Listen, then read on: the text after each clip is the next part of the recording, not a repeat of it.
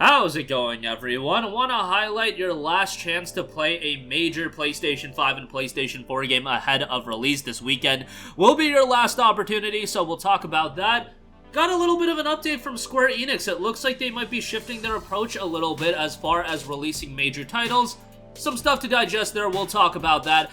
And Amnesia the Bunker has seen yet another delay, another minor delay, but this is the second minor delay that has happened for the game. We'll talk that at the end of this video. But as noted, back in mid-April over on Blizzard's official website, help us gear up for the launch during the Diablo 4 server slam, which is available right now. As the title would suggest, this is to stress test the various servers, and you can now participate and check out Diablo 4 for free. You just have to do so this weekend. It kicked off yesterday, but from May 12th, 12 p.m. to May 14th until 12 p.m. Pacific time, so your local time may vary, everyone can come to Sanctuary's defense on Windows PC, Xbox Series X and S, Xbox One, PlayStation 5, and PlayStation 4, along with couch co-op for consoles and cross-platform play and cross-progression for all platforms against the armies of the Burning Hells to help us test the durability of our servers. What to expect during the Server Slam. Server Slam will give players one final weekend in hell to experience a fraction of what Diablo 4 has to offer while simultaneously testing the capabilities of our servers prior to the launch. The prologue and entirety of Act 1 will be your canvas to paint with the remains of slain demons, fractured peaks. The first zone is yours to navigate as you please. Traverse its rugged landscapes as barbarian, druid, necromancer, rogue, or sorcerer, unleashing devastating power upon foes and honing your unique skill set in the process. For those who played during our early access and open beta weekends, these details may seem familiar. However, there are a few new nuances we are ushering in with Server Slam. Any character progress made during early access and open beta weekends will not carry over to Server Slam. Additionally, any character progress made during Server Slam will not carry over to launch, so this is kind of its own window of time to just check out the game. Players may level up their characters to level 20, after which you will cease to gain ability points but can continue to slay demons and earn alluring gear. The legendary item drop rate has been altered to reflect the drop rate that will be present in the launch version of Diablo 4, and the version of Diablo 4 available during Server Slam will include all the bug fixes and updates detailed in our open beta retrospective blog. Fractured Peaks is not only teeming with danger for you to vanquish, but a variety of activities to level up with your character. And then you will be able to earn some rewards as you do play. You can get a mount trophy, and they've also noted we've also reanimated rewards from our early access and open beta weekends, giving players another chance to earn these tokens of valor by spilling demon blood. Players who unlock these rewards will receive them once Diablo 4 launches. If you previously earned these rewards from early access and open beta weekends, you will not need to earn them again. So this is available directly on the PlayStation Store if you do want to check it out. Also available on Xbox and PC if you would rather play it on there. Diablo 4 will be coming to PlayStation 4 and 5. The standard edition will be priced at $70 across all platforms, so PS4 version is $70 as well. That'll get you the Lightbearer mount, the comparison of Faith Mount armor, and cross-game items.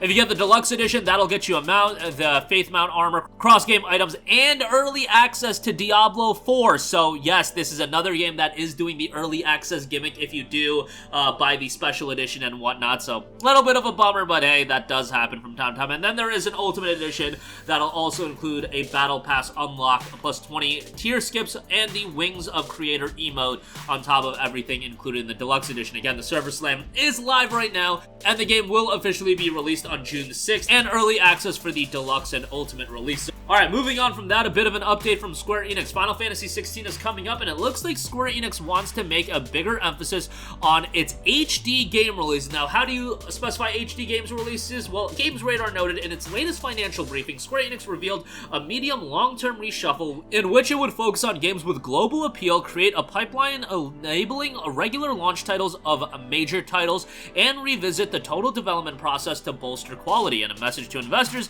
Square Enix said it's been working to stabilize earnings by expanding subscriptions to its MMOs, including Final Fantasy XIV and Dragon Quest X, mobile and browser-based games, and also on top of that, more gonna be in line with a lot of you guys. The studio said the income from these types of games will enable continued investment in content with a focus on the development of HD games, which is how Square Enix refers to its highest quality of console and PC games. Now, when I say HD games, you might be thinking Final Fantasy XVI, you might be thinking FF7 Remake Part 2. However, they also specify HD games includes titles such as Power Wash Simulator, Dragon Quest Treasures, Crisis Core, Final Fantasy VII Reunion, and Octopath Traveler 2. Obviously, not every game is going to have the budget attached to it that a Final Fantasy 16 will have, that FF7 Remake Part 2 will have, but hey, no slight to games like a Crisis Core Remaster that people have been asking for a while. No slight to a game like Octopath Traveler 2, which is widely considered to be one of the best turn-based games in the last decade, and a substantial improvement over Octopath Traveler 1.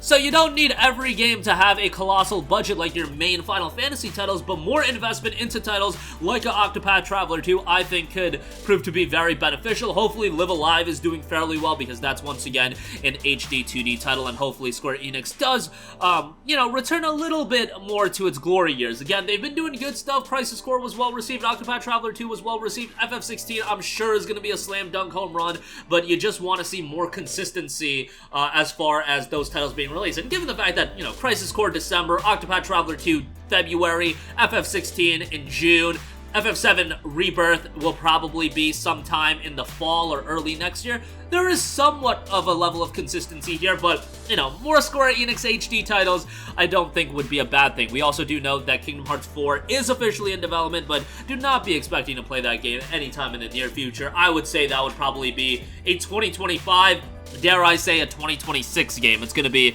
a long time before you're going to be able to play that. Lastly, a game that we were expecting to play very soon, unfortunately sees a slight delay.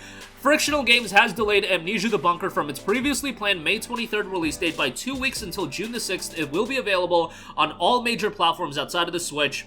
And they noted, we are going through the certification process and we have encountered multiple rare crashes, very difficult to identify, reproduce, and thereby also fix. They do note that, yes, they could get the game out by May 23rd, but this would cause development struggles for their workers. We simply can't make it in time. The alternative would have been to ask the team to work weekends or nights, but that's simply not something we do here at Frictional, which more power to them. That is not something that, you want to see happening. The development process is already something that developers are sometimes like crunch gets really wild, and you read some of those stories and they're kind of horrifying as far as, the work cycles that some of the developers do have to go through, especially towards the, the finish, when they're getting close to the finish line for a game, it can get pretty bad. So good on Frictional for, putting their foot off the gas. The issue with that June 6th date, obviously same release as Diablo 4, Street Fighter 6, Final Fantasy, a lot of games in that June period, so I feel like the people that are interested in Amnesia the Bunker, they're going to pick it up regardless, and competition isn't really going to weigh it down, so I don't think that's too big of a deal, but hopefully the game turns out pretty well, because the last couple of Amnesia games have been a little bit lackluster. Hopefully Bunker gets it back on track. But that'll do it for me. Again, Diablo 4 Server Slam, last opportunity to play the game for free ahead of the game's official release on June the 6th. Check that out. It looks like Square Enix is going to put more of a focus onto their HD titles. That's not going to be Final Fantasy 16s every year, but hey, one major game at the Final Fantasy 16 level a year, I think that would be pretty cool to see, and more games like Octopath Traveler 2, I'm all down for that, and Amnesia the Bunker will be coming June 6th instead of the initially intended May 23rd date. That's going to do it for me. Sound off with all of your thoughts in the comment section down below. Thank you for watching, and goodbye. Hey guys, we hope you enjoyed the video, and if you did, make sure to hit the subscribe button, and if you're already subscribed, do us a favor and hit the bell icon. This way you'll be notified whenever we post a new video. That's the best way to keep up with all of our uploads, and we usually try to upload 2 videos a day. And with the bell icon hit, you'll be notified whenever we do upload a video. As always, thanks for watching.